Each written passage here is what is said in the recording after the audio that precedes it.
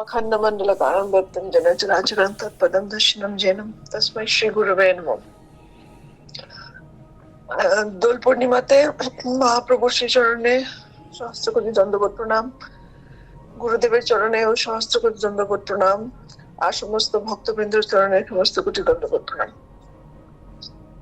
বাবার কৃপাতে আজকে আমি যেটা এই পর্বের অন্তিম যেটা আমি বাবা লীলামৃত পাঠ করছি, এর পরের বছরও আমি চেষ্টা করব যদি বাবা কৃপা থাকে বলার, কিন্তু হয়তো এই বছর এই জন্য এটাই লাস্ট। তো আমি কি করলাম, এখানে আমি আজকে যেহেতু খুব আজকে ভালো, মানে তিথিটাও ভালো, দোল পূর্ণিমা, তো হয়তো বাবার কৃপা হয়েছে বা বাবার ইচ্ছা হয়েছে যে এতদিন আমি যা কিছু বললাম বাবার লীলামৃত, এগুলো সামারাইজ করে মানে সূত্র হিসাবে, মানে বুলেট পয়েন্ট হিসাবে আমি এখানে প্রস্তুত করি, যাতে ভক্তদের এটাতে সুবিধা হয়, যাতে সবগুলো ভিডিও যদিও দেখার সময় না হয়, এই একটা ভিডিও দেখলেই হয়তো অনেক কিছু ইনফরমেশন ওনারা পেয়ে যাবে। তো এখানে তিনটা মেইন সূত্র আছে। একটা হচ্ছে গুরুতত্ত্ব, এটার বিষয়ে বাবা অনেক অনেক বলেছেন, ওনার সারা জীবন উনি অনেক কিছু বলেছেন, এগুলো আমি সামারাইজ করে বলবো। সেকেন্ড হচ্ছে আমাদের কি কর্তব্য, আমাদেরকে কি করা উচিত, তো এটা একটা সেকেন্ড কথা, ভজনটা কি করে করতে হয়। আর নাম্বার 3, আমাদের কি ধরনের আচরণ করতে হবে, কারণ ভজনটা করার জন্য আমাদেরকে ভজনটা এই শরীর নিয়ে, মনুষ্য জীবনটা যে আমরা পেয়েছি, মনুষ্য দেহটাকে নিয়ে কিন্তু আমাদেরকে ভজন করতে হবে। যদিও এই দেহটা নশ্বর, আর আমরা এই দেহ না, আমরা হচ্ছি চিন্ময়, আমরা হচ্ছে চিন্ময় দেহ, এই জড় দেহ না। কিন্তু জড় দেহর মধ্যে থেকে আমাদেরকে ওই চিন্ময় দেহটার কথাই আমাদেরকে স্মৃতি করে আমাদেরকে সেবা ভাব নিয়ে কি করে ভজন করতে হবে, এইগুলো একটু বাবার কথা আর বাবার উনি লীলামৃত আর উনার আচরণে বাবা শিক্ষা দিয়ে গেছেন। প্রথম আমি বলবো গুরুতত্ত্বের উপরে। তো বাবা সবচেয়ে প্রথমে একটা কথাই বলেছেন, যেটা লাস্টে কুম্ভ মেলায় 2025 জানুয়ারিতে মহাকুম্ভে বাবা শুধু দুটো মেসেজ, বাবা ওনার শিবিরে শুধু দুটো মেসেজ ছাপিয়েছিলেন বড় বড় প্রিন্ট আউট করে, আর এগুলো রুমের মধ্যে ছিলেন, আর সবাইকে শুধু এই দুটো মেসেজ দেখাচ্ছিলেন, আমাদেরকে বলছিলেন যে আসলে এই দুটো মেসেজ দেবে। কি মেসেজ? প্রথমটা হচ্ছে গুরু ইজ গ্রেটার দেন গড। গুরুতে মনুষ্য বুদ্ধি করলে হবে না, গুরুতে ঈশ্বর বুদ্ধি করতে হবে, এবং গুরু আর ঈশ্বর অভিন্ন। তারপরেও বাবা বলেছেন, এটা কেউ বলিনি, শুধু আমি বলছি, বাবা বললেন যে গুরু কিন্তু ঈশ্বর থেকেও বড়। কেন?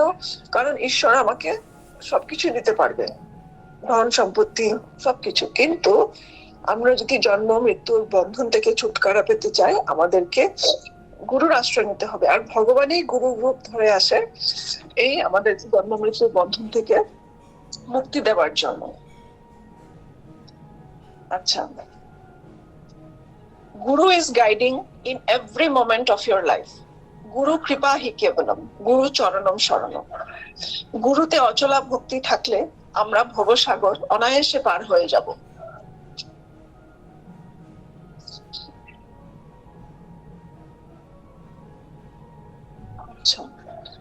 গুরুতে অচলা ভক্তি নেই, গুরুতে মনুষ্য বুদ্ধি। এটা যখন দূর হবে তখন জপে কাজ হবে। আমাদের মধ্যে কামনা বাসনা ভরপুর, এই জন্য জপ করছি আর কাজ হচ্ছে না। গুরুকে মনুষ্য ভাবতে নেই। Guru is no other than the associated counterpart of the supreme lord himself. এটা আমার চিন্তাধারা, বাবা বলছেন। গুরু আর ভগবান অভিন্ন। Unflinching faith in Guru is essential in every moment of our life.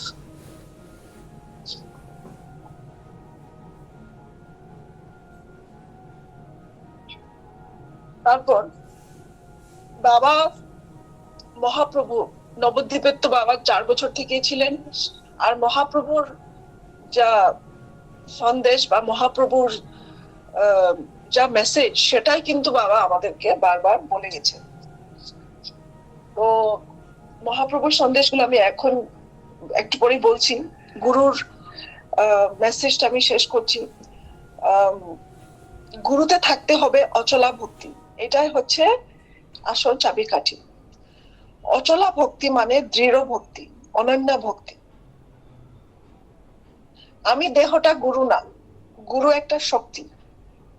এই শক্তির প্রভাবে আমি চলছি। শক্তি আমাকে বলছে উঠো, ভজন করো, কৃষ্ণ ভজনের তরে সংসারে আইনু। জীবনটা কিসের জন্য? ভজন করার জন্য। কিন্তু ভজন বাদ দিয়ে আমরা জাগতিক সুখের পিছনে ছুটছি। পার্থক্য সুখ ছাড়তে হবে যদি ঈশ্বর পেতে চাও।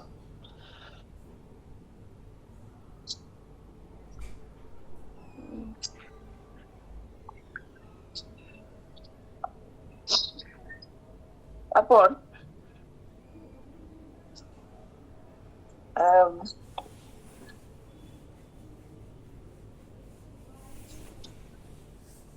যার যত গুরু ভক্তি তার তত উন্নতি জীবনে। জীবনটাই উপদেশ। বাবা ইজ আ লিভিং এক্সাম্পল। কাম, ক্রোধ, লোভ নরকেশ্বর দারণ। নাম, যশ ছাড়তে হবে। Desireless life is pure life. Baba is living in his own world.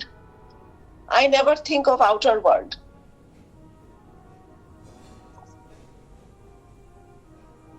বাবা 6 বছর বয়সে ডিসিশন নিয়েছিলেন, all people are devoted to money making, all are fond of wealth. You should be fond of God. বাবা সংকল্প করেছিলেন যে বাবা টাকার পিছনে ছুটবে না। তারপর বাবা এটা অনেকবার বলেছেন, শিবেই সবের গুরু, শিব সবার গুরু।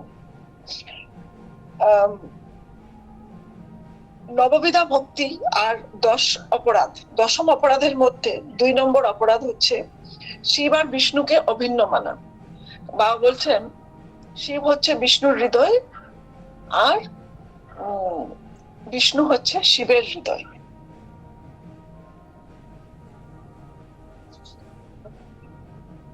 এটা হচ্ছে মেইন গুরুতত্ত্বের উপরে বাবার সন্দেশ বা বাবার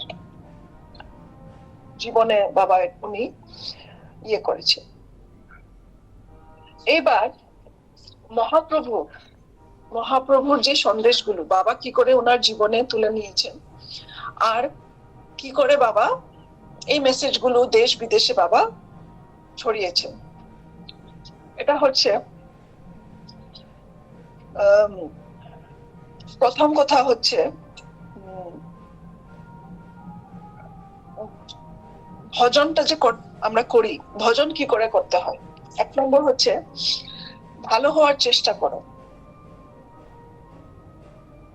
বাবা গুরুদেবের দেওয়া মন্ত্র জপ করা, এটাই চেষ্টা করো। জপ করলে শুধু হবে না, সেবাও করতে হবে। গীতা, ভগবত গীতার থেকে বাবা কয়েকটা এসেন্স অফ দ্য গীতা বলে বাবা বলেছিলেন। একটা হচ্ছে যত করসি যদশ্নাসি যজ্জহসি তদাসি যজ্জত তপস্যসি কন্তেয় তৎকুরুষ মদার্পণম। আমরা যা কিছু খাই, যা কিছু পড়ি, যা কিছু কর্ম করি, যা কিছু যজ্ঞ করি, দান করি, তপস্যা করি, সবকিছুই ভগবানকে সমর্পণ করে করতে হবে।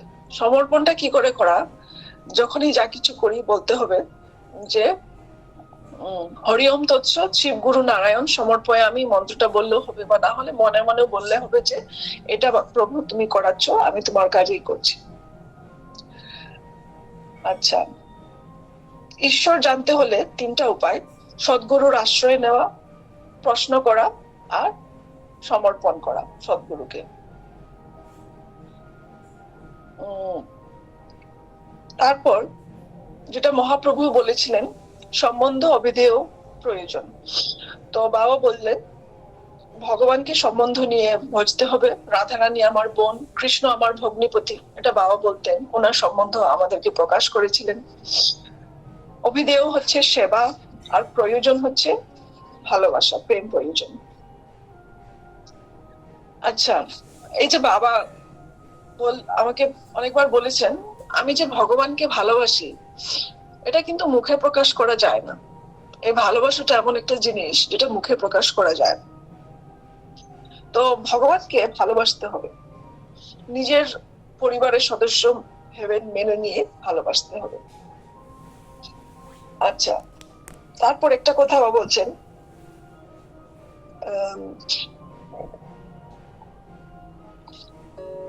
আত্মবাদ সর্বভূতেষু।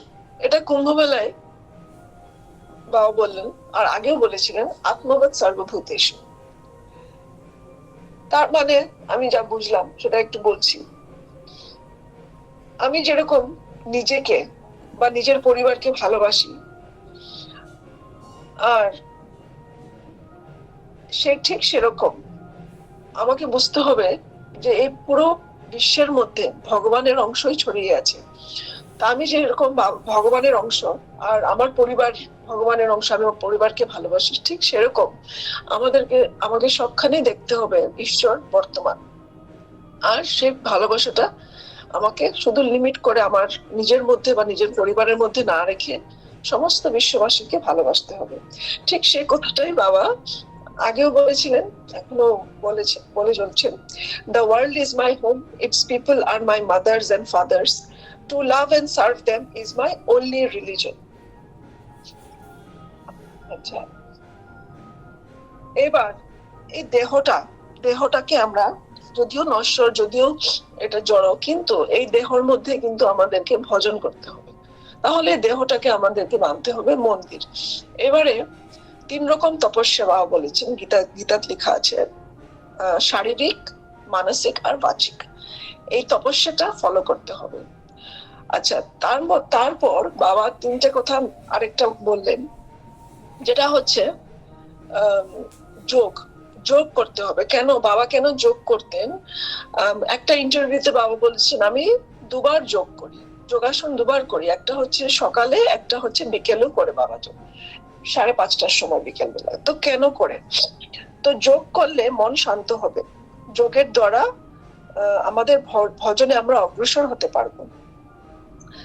আর বাবা নিতেন সিম্পল ডায়েট, ভালো না খাইবো ভালো না পড়িব, যেটা মহাপ্রভু রঘুনাথ দাসকে উপদেশ দিয়েছিলেন, সেটাই কিন্তু বাবা পালন করতেন।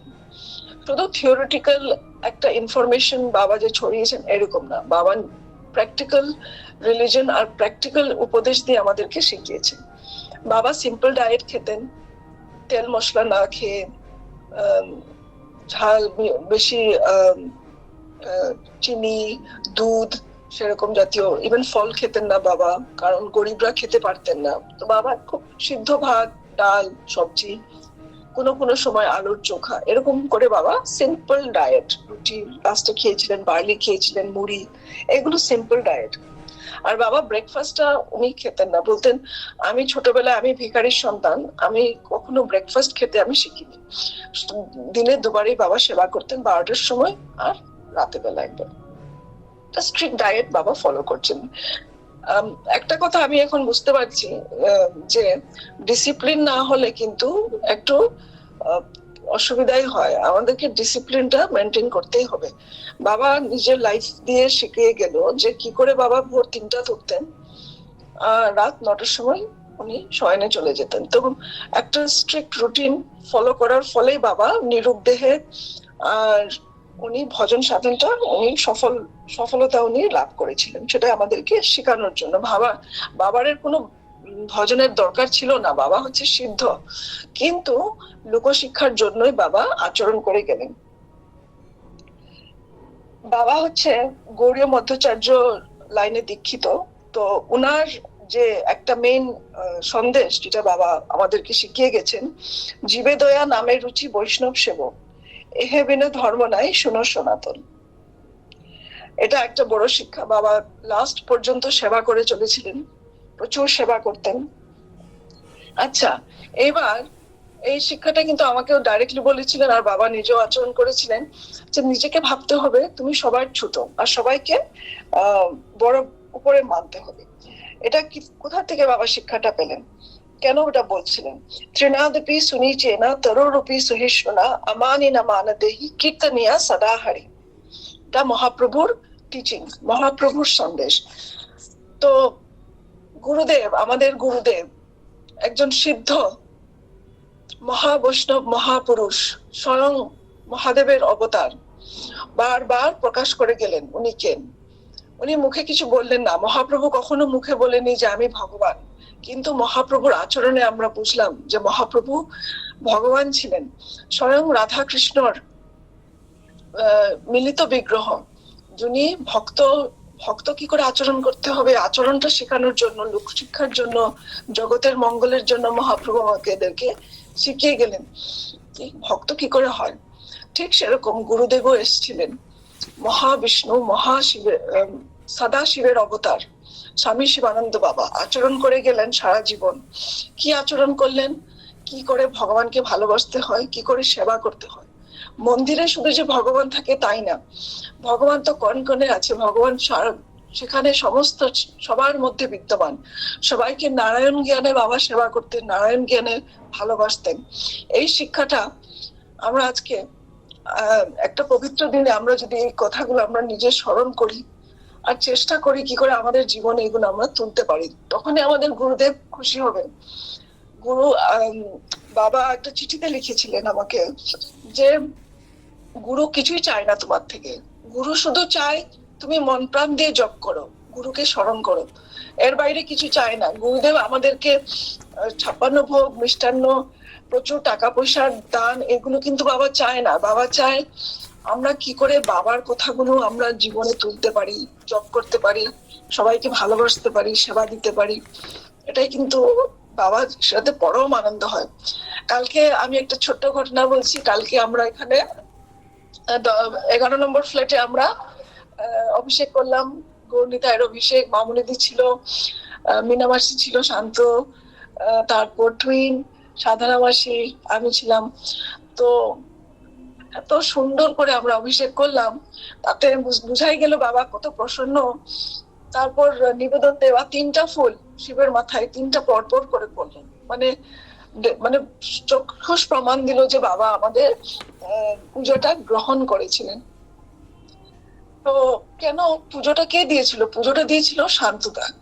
তো ওনার পুজোটা বাবা কেন গ্রহণ করলেন না? আমি দেখছি যে লাস্ট এই 1-2 মাস ধরে টানা যখনই আমার বাবা অসুস্থতা একটু বেড়ে যায়, তখনই ও খাওয়া দাওয়া ছেড়ে, ঘুম ছেড়ে এসে আমার বাবার সেবা করে, পা মর্দন করে, পা মানে মালিশ করে, পেট মালিশ করে, সমস্ত তারক মন্ত্র নাম, তারপর ওম নমঃ শিবায় জপ আমার পাপার কানে, যেটা আমি এই সেবাটা আমি করতে পারছি না, কিন্তু শান্তদা কন্টিনিউ করে যাচ্ছে। শুধু আমার পাপার না, উনি এমন একজন ভক্ত যে উনি সবাই সেবা করেই চলেছেন। এই যে সেবার ভাবটা যে আছে, এটার জন্যই কালকে আমি দেখলাম কাশী বিশ্বনাথ শান্তদার পুজোটা কি করে চক্ষুষে মানে গ্রহণ করলেন। শান্তদা কিন্তু খুব একটা বেশি সামগ্রী নিয়ে পূজা করেনি, খুব সামান্য অল্প যা কিছু ওনার সামর্থ্য, তুলসী জল, কিন্তু সেটাতে বাবা এত প্রসন্ন হলেন, আমাদেরকে কালকে প্রমাণে দেখিয়ে দিলেন। তো সেরকমই আমাদেরকে এখানে অনেক বড় বড় ভক্ত আছে, এদেরকে আমরা পদধূলি আমাদের চরণ মানে মাথায় রেখে এদেরকে আমাদেরকে মার্গদর্শন, গুরুদেবের পরে এদেরকে আমাদের শিক্ষাগুরু মেনে নিয়ে আমাদেরকে বাবার পথটা আমাদেরকে চলতে হবে। আমার স্পেশালি আমার কথা বলছি, অনেক সময় রাস্তা আমি হারিয়ে যাই, বিভ্রান্ত হয়, আমার এলোমেলো আমার চিন্তাধারা, আমার ঠিকঠাক আমার লাইফস্টাইল না, কিন্তু যখন এরকম পরম বৈষ্ণব ভক্তদের সৎসঙ্গ করি তখনই আমার